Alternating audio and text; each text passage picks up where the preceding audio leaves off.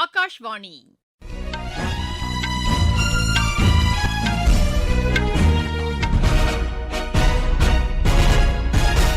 செய்திகள் வாசிப்பவர் சுமித்ரா ரத்னம். தலைப்புச் செய்திகள். மத்திய நிதியமைச்சர் திருமதி நிர்மலா சீதாராமன் வரும் நிதியாண்டிற்கான பட்ஜெட்டை இன்று மக்களவையில் தாக்கல் செய்தார். ஏழைகள், விவசாயிகள், மகளிர் மற்றும் இளையோர் நலனுக்கு முக்கியத்துவம் அளிக்கும் அம்சங்கள் பட்ஜெட்டில் இடம்பெற்றுள்ளன. தனிநபர் வருமான வரிக்கான உச்சவரம்பு 12 லட்சம் ரூபாயாக உயர்த்தப்பட்டுள்ளது. குழாய் மூலம் குடிநீர் இணைப்பு வழங்கும் திட்டம் மேலும் 3 ஆண்டுகளுக்கு நீட்டிக்கப்பட்டுள்ளது. புற்றுநோய் சிகிச்சைக்கான 36 மருந்துகளுக்கு சுங்க வரியிலிருந்து விலக்கு அளிக்கப்பட்டுள்ளது. பிரான்சில் நடைபெற்ற சர்வதேச தடகள சாம்பியன் போட்டியில் இந்தியாவின் தேஜஸ் ஷிர்ஷே வெள்ளிப்பதக்கம் வென்றார். இனி விரிவான செய்திகள். ஏழைகள், விவசாயிகள், மகளிர் மற்றும் இளையோர் நலனுக்கு முக்கியத்துவம் அளிக்கும் வகையில் மத்திய பட்ஜெட் தயாரிக்கப்பட்டுள்ளதாக நிதியமைச்சர் திருமதி நிர்மலா சீதாராமன் கூறியுள்ளார். இன்று மக்களவையில் மத்திய பட்ஜெட்டை தாக்கல் செய்து அவர் உரையாற்றினார். நாடு விரைவான பொருளாதார வளர்ச்சியை கண்டு வருவதாக அவர் கூறினார். மத்திய அரசு மேற்கொண்டு வரும் பொருளாதார சீர்திருத்த நடவடிக்கைகள் உலகின் கவனத்தை ஈர்த்துள்ளதாக அவர் தெரிவித்தார். 10 அம்சங்களை அடிப்படையாக கொண்டு இந்த பட்ஜெட் உருவாக்கப்பட்டுள்ளதாக அவர் கூறினார்.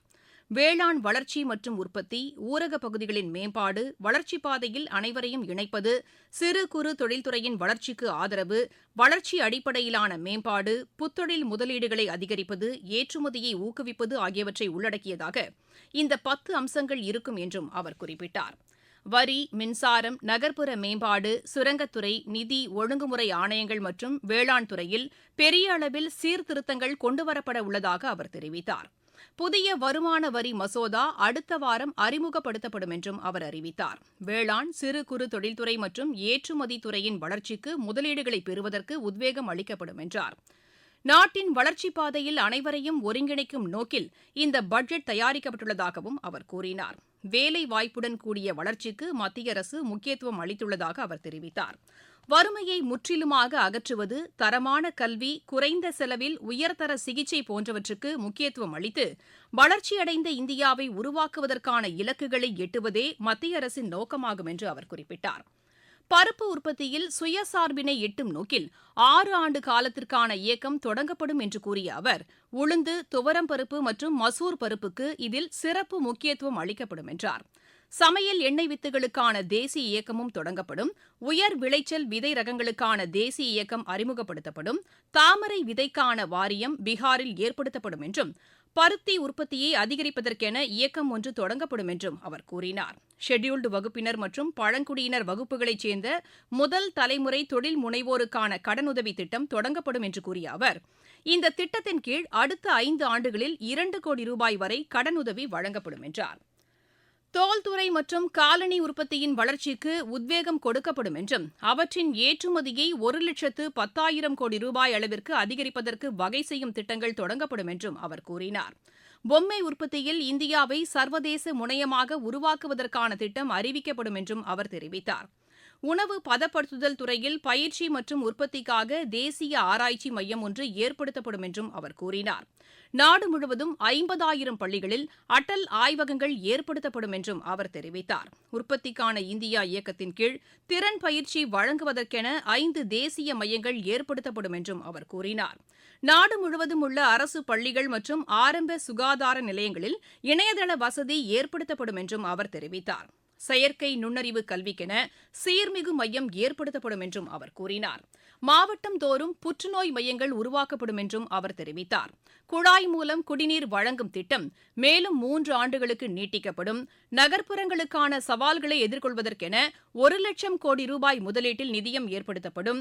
20,000 கோடி ரூபாய் மதிப்பில் சிறிய அளவிலான அணு உலைகள் அடுத்த 8 ஆண்டுகளுக்குள் செயல்பாட்டுக்கு கொண்டுவரப்படும். மாற்றியமைக்கப்பட்ட உதான் திட்டம் அறிமுகப்படுத்தப்படும்.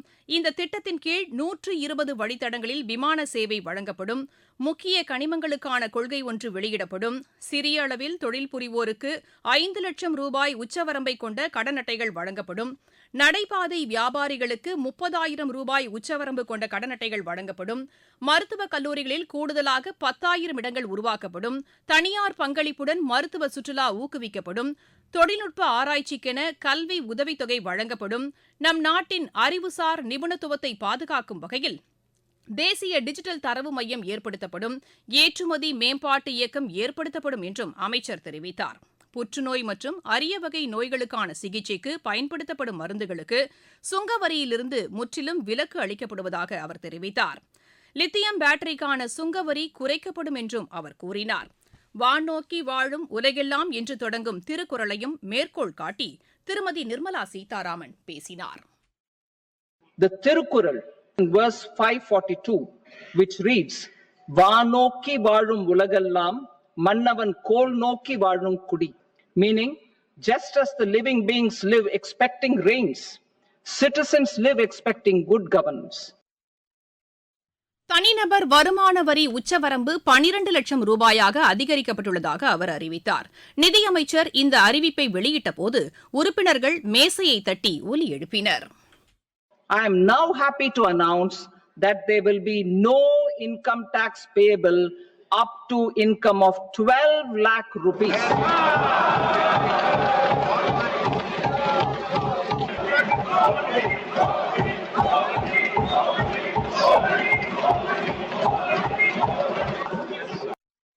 இந்த அறிவிப்பு புதிய வருமான வரி திட்டத்திற்கு மட்டுமே பொருந்தும் என்றும் அவர் தெளிவுபடுத்தினார். பழைய வருமான வரி திட்டத்தின் கீழ் வரி செலுத்துவோருக்கான உச்சவரம்பு அட்டவணையும் அவர் விளக்கினார்.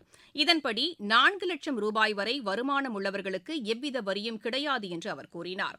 ஆண்டு வருவாய் 4 முதல் 8 லட்சம் ரூபாய் வரை இருந்தால் 5%, 8 முதல் 12 லட்சம் ரூபாய் வரை இருந்தால் 10%, 12 முதல் 16 லட்சம் ரூபாய் வரை இருந்தால் 15%, 16 முதல் 20 லட்சம் ரூபாய் வரை இருந்தால் 20%, 20 முதல் 24 லட்சம் ரூபாய் வரை இருந்தால் 25%, 24 லட்சம் ரூபாய்க்கும் கூடுதலாக இருந்தால் 30% வரி விதிக்கப்படும் என்று அமைச்சர் தெரிவித்தார். வருமான வரி செலுத்துவோருக்கான வீட்டு வாடகை சலுகைக்கான உச்சவரம்பு 2,40,000 6 லட்சம் ரூபாயாக உயர்த்தப்படும் என்றும் அமைச்சர் அறிவித்தார். வரும் நிதியாண்டிற்கான வருவாய் 34,96,000 கோடி ரூபாயாக இருக்கும் என்று அவர் கூறினார். செலவினங்கள் 50,65,000 கோடி ரூபாயாக இருக்கும் என்றும் அவர் தெரிவித்தார். ஒட்டுமொத்த உள்நாட்டு உற்பத்தியின் அடிப்படையில் நிதி பற்றாக்குறை 4.4% இருக்கும் என்றும் அமைச்சர் கூறினார். முன்னதாக திருமதி நிர்மலா சீதாராமன் குடியரசுத் தலைவர் திருமதி திரௌபதி முர்முவை சந்தித்து பேசினார். இதனைத் தொடர்ந்து பிரதமர் திரு நரேந்திர மோடி தலைமையில் மத்திய அமைச்சரவை கூடி பட்ஜெட்டுக்கு ஒப்புதல் அளித்தது. நீங்கள் கேட்டுக்கொண்டிருப்பது ஆகாஷ்வாணியின் செய்தி அறிக்கை. 3ஆம் முறை மோடி அரசின் சாதனைகள். மத்திய அரசு ஊழியர்களுக்கான 8வது ஊதிய குழு. தேசிய மஞ்சள் வாரியம் உருவாக்கம். பிரதமரின் சூரிய சக்தி திட்டத்தின் கீழ் 3,50,000 வீடுகள் பயன். இளையோருக்கு திறன் மேம்பாட்டு பயிற்சிக்கென 2 லட்சம் கோடி ரூபாய் மதிப்பிலான தொகுப்பு திட்டம். விவசாயிகளின் நலனுக்காக பிரதமரின் பயிர் காப்பீட்டு திட்டம் உரமானியம் நீட்டிப்பு. நடுத்தர வர்க்கத்தினர் பயன்பெறும் வகையில் தங்கம் மற்றும் வெள்ளிக்கான சுங்கவரி 6%, பிளாட்டினத்திற்கான சுங்கவரி 6.4%, குறைப்பு. உற்பத்தி துறையின் வளர்ச்சிக்கு உத்வேகம், கூடுதல் வேலை வாய்ப்புகள் உருவாக்கம். வேளாண் விளைபொருட்களுக்கான குறைந்தபட்ச ஆதரவு விலை அதிகரிப்பு. வளர்ச்சியடைந்த இந்தியாவிற்கான பயணத்தில் மோடி அரசு தொடரும் மக்கள் நலத் திட்டங்கள். மத்திய பட்ஜெட்டை வரவேற்றும் குறை கூறியும் பல்வேறு கட்சிகளும் அமைப்புகளும் கருத்து தெரிவித்துள்ளன. சுயசார்பு இந்தியாவிற்கு வலு சேர்க்கும் வகையில் இந்த பட்ஜெட் அமைந்துள்ளதாக மத்திய வேளாண் துறை அமைச்சர் திரு சிவராஜ் சிங் சௌஹான் கூறியுள்ளார். புதுதில்லியில் செய்தியாளர்களிடம் பேசிய அவர், வேளாண் துறையின் வளர்ச்சிக்கு உத்வேகம் அளிக்கும் பல்வேறு அம்சங்கள் இதில் இடம்பெற்றிருப்பதை சுட்டிக்காட்டினார். பருப்பு உற்பத்தியை அதிகரிப்பதற்கான தேசிய இயக்கம் விவசாயிகளின் வருவாயை அதிகரிக்க உதவிடும் என்றும் திரு சிவராஜ் சிங் சௌஹான் தெரிவித்தார். ஆண்டுக்கு 12 லட்சம் ரூபாய் வரை வருமானம் உள்ளவர்களுக்கு வரி விலக்கு அறிவித்திருப்பது வரவேற்கத்தக்கது என்று மத்திய இணையமைச்சர் திரு எல் முருகன் கூறியுள்ளார். சமூக வலைதளத்தில் இக்கருத்தை பதிவு செய்துள்ள அவர், நடுத்தர வர்க்க மக்களின் எதிர்பார்ப்பு இதன் மூலம் நிறைவேற்றப்பட்டிருப்பதாக தெரிவித்துள்ளார். இதற்காக பிரதமர் திரு நரேந்திர மோடிக்கும் நிதியமைச்சர் திருமதி நிர்மலா சீதாராமனுக்கும் நன்றி தெரிவித்துக் கொள்வதாக திரு எல் முருகன் கூறியுள்ளார். அனைத்து தரப்பினரும் பயன்பெறும் வகையில் மத்திய பட்ஜெட் அமைந்துள்ளதாக லோக் ஜனசக்தி கட்சியின் தலைவரும் மத்திய அமைச்சருமான திரு சிராக் பஸ்வான் தெரிவித்துள்ளார். புதுதில்லியில் எமது செய்தியாளரிடம் இதனை தெரிவித்த அவர், மக்களுக்கான முழுமையான பட்ஜெட் இது என்று குறிப்பிட்டார். ஏழை, விவசாயிகள் மற்றும் நடுத்தர வர்க்கத்தினரின் நலனுக்கான பல்வேறு அம்சங்கள் பட்ஜெட்டில் இடம்பெற்றுள்ளதாக மத்திய இணையமைச்சர் திரு நித்யானந்த் ராய் கூறியுள்ளார். புதுதில்லியில் செய்தியாளர்களிடம் பேசிய அவர், பீகார் மாநிலத்திற்கான பல்வேறு திட்டங்கள் இதில் இடம்பெற்றுள்ளது வரவேற்கத்தக்கது என்றார். இந்த பட்ஜெட் வரவேற்கத்தக்கது என்று தொழில் மற்றும் வர்த்தக சங்கங்களின் கூட்டமைப்பு தெரிவித்துள்ளது. இன்று புதுதில்லியில் செய்தியாளர்களிடம் பேசிய அந்த அமைப்பின் தலைவர் திரு ஹர்ஷ்வர்தன் அகர்வால், சுற்றுலா மற்றும் கடல்சார் வர்த்தகத்திற்கு இதில் கூடுதல் முக்கியத்துவம் அளிக்கப்பட்டுள்ளதாக குறிப்பிட்டார். வருமான வரி சலுகைகளும் வரவேற்கத்தக்கதாக உள்ளது என்று அவர் தெரிவித்தார். மத்திய பட்ஜெட்டில் விவசாயிகள் நலனுக்காக பல்வேறு அம்சங்கள் இடம்பெற்றுள்ளது வரவேற்கத்தக்கது என்று பிஜேபி மாநில தலைவர் திரு அண்ணாமலை கூறியுள்ளார். ஏழைகள், மகளிர், இளையோர், விவசாயிகள் நலனுக்கான பல்வேறு அம்சங்களும் பட்ஜெட்டில் இடம்பெற்றுள்ளதாக திரு அண்ணாமலை தெரிவித்துள்ளார். வேலைவாய்ப்பின்மை பிரச்சினைக்கு தீர்வு காண்பதற்கான அம்சங்கள் பட்ஜெட்டில் இடம்பெறவில்லை என்று காங்கிரஸ் கூறியுள்ளது. இந்த பட்ஜெட் ஏமாற்றம் அளிப்பதாக உள்ளது என்று திரிணாமுல் காங்கிரஸ் கருத்து தெரிவித்துள்ளது. இந்த பட்ஜெட்டில் தமிழகத்திற்கான திட்டங்கள் எதுவும் இடம்பெறவில்லை என்று திமுக குறை கூறியுள்ளது. மருத்துவ படிப்புகளுக்கு கூடுதல் இடங்கள் அறிவிக்கப்பட்டிருப்பது வரவேற்கத்தக்கது என்று திருவண்ணாமலை மாவட்டம் ஆரணியைச் சேர்ந்த திருமதி கங்காதேவி எமது செய்தியாளரிடம் தெரிவித்தார். என் பேர் கங்காதேவி. என் பொண்ணு பேர் சிவரஞ்சனி. ஆரணின்ற ஊர்லேருந்து பேசுகிறேங்க. என் பொண்ணு இந்த வருஷம் மருத்துவ படிப்பில் சேர்வதற்கான நுழைவுத் தேர்வு எழுதியிருக்கிறாங்க. மருத்துவர் ஆகணுன்றது அவங்களுடைய ரொம்ப நாள் கனவு. அதுக்காக அவங்கள தயார்படுத்தின்னு இருக்கிறாங்க. இன்று வெளியான இந்த ஆண்டிற்கான பட்ஜெட்டில் ஃபினான்ஷியல் மினிஸ்டர் அவங்க வெளியிட்ட மருத்துவ இடங்களை அதிகப்படுத்தியதற்கான அந்த அறிவிப்பு எங்களுக்கு மிகவும் மகிழ்ச்சியை தருது. நல்ல ஒரு வரவேற்கத்தக்க செய்தி அது. என்னை போன்ற மிடில் கிளாஸ் அவங்க பிள்ளைங்களை மருத்துவம் சேர்க்கறதுக்கு நல்ல ஒரு வாய்ப்பை ஏற்படுத்தி கொடுத்த மத்திய அரசுக்கு மிகவும் நன்றி.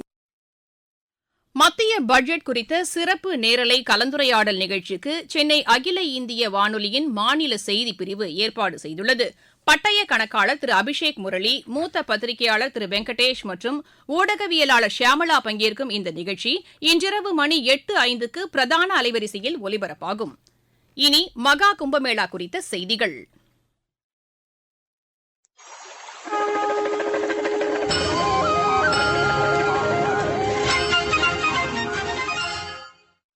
உத்தரப்பிரதேசத்தின் பிரயாக்ராஜில் நடைபெற்று வரும் உலகின் மிகப்பெரிய ஆன்மீக திருவிழாவான மகா கும்பமேளாவில் புனித நீராடுவோரின் எண்ணிக்கை தொடர்ந்து அதிகரித்து வருகிறது. இதற்காக விரிவான ஏற்பாடுகளை மத்திய அரசோடு இணைந்து அம்மாநில அரசு மேற்கொண்டுள்ளது. இன்று மட்டும் இதுவரை 79 லட்சத்திற்கும் மேற்பட்டோர் புனித நீராடியுள்ளனர். ஒட்டுமொத்தமாக இதுவரை 31 கோடிக்கும் மேற்பட்டோர் புனித நீராடியுள்ளதாக எமது செய்தியாளர் தெரிவிக்கிறார். பக்தர்களின் வசதிக்காக போதிய கழிவறை மற்றும் உடைமாற்றும் அறைகள் ஏற்படுத்தப்பட்டுள்ளதாகவும் அவர் மேலும் கூறுகிறார். தூய்மை பணியாளர்கள் துப்புரவு பணிகளை முழுவீச்சில் மேற்கொண்டு வருவதாகவும் அவர் தெரிவிக்கிறார்.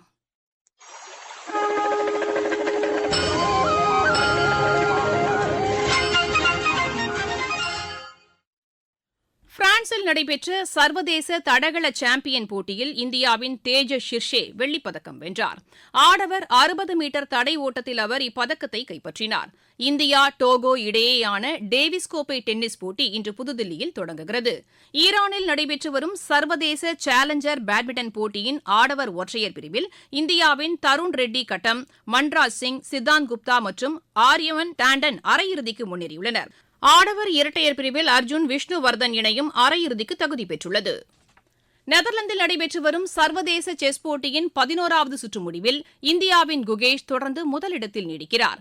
கிரிக்கெட் கட்டுப்பாட்டு வாரியத்தின் வாழ்நாள் சாதனையாளர் விருது சச்சின் டெண்டுல்கருக்கு இன்று மும்பையில் நடைபெறவுள்ள நிகழ்ச்சியில் வழங்கப்படுகிறது. சிங்கப்பூர் ஸ்மாஷ் டேபிள் டென்னிஸ் போட்டியின் 2வது தகுதிச் சுற்று ஆட்டத்தில் இந்தியாவின் சத்யன் ஞானசேகரன் ஆடவர் ஒற்றையர் பிரிவிலும் யசஸ்வினி கோர்படே மகளிர் ஒற்றையர் பிரிவிலும் வெற்றி பெற்றனர். மீண்டும் தலைப்புச் செய்திகள். மத்திய நிதியமைச்சர் திருமதி நிர்மலா சீதாராமன் வரும் நிதியாண்டிற்கான பட்ஜெட்டை இன்று மக்களவையில் தாக்கல் செய்தார். ஏழைகள், விவசாயிகள், மகளிர் மற்றும் இளையோர் நலனுக்கு முக்கியத்துவம் அளிக்கும் அம்சங்கள் பட்ஜெட்டில் இடம்பெற்றுள்ளன. தனிநபர் வருமான வரிக்கான உச்சவரம்பு 12 லட்சம் ரூபாயாக உயர்த்தப்பட்டுள்ளது. குழாய் மூலம் குடிநீர் இணைப்பு வழங்கும் திட்டம் மேலும் 3 ஆண்டுகளுக்கு நீட்டிக்கப்பட்டுள்ளது. புற்றுநோய் சிகிச்சைக்கான 36 மருந்துகளுக்கு சுங்க வரியிலிருந்து விலக்கு அளிக்கப்பட்டுள்ளது. பிரான்சில் நடைபெற்ற சர்வதேச தடகள சாம்பியன் போட்டியில் இந்தியாவின் தேஜஸ் ஷிர்ஷே வெள்ளிப்பதக்கம் வென்றார். இத்துடன் இந்த செய்தியறிக்கை நிறைவடைகிறது. எமது செய்திகளை சமூக வலைதள பக்கங்களில் AAR நியூஸ் சென்னை என்ற முகவரியிலும் RNU சென்னை என்ற யூடியூப் சேனலிலும் உடனுக்குடன் அறிந்து கொள்ளலாம்.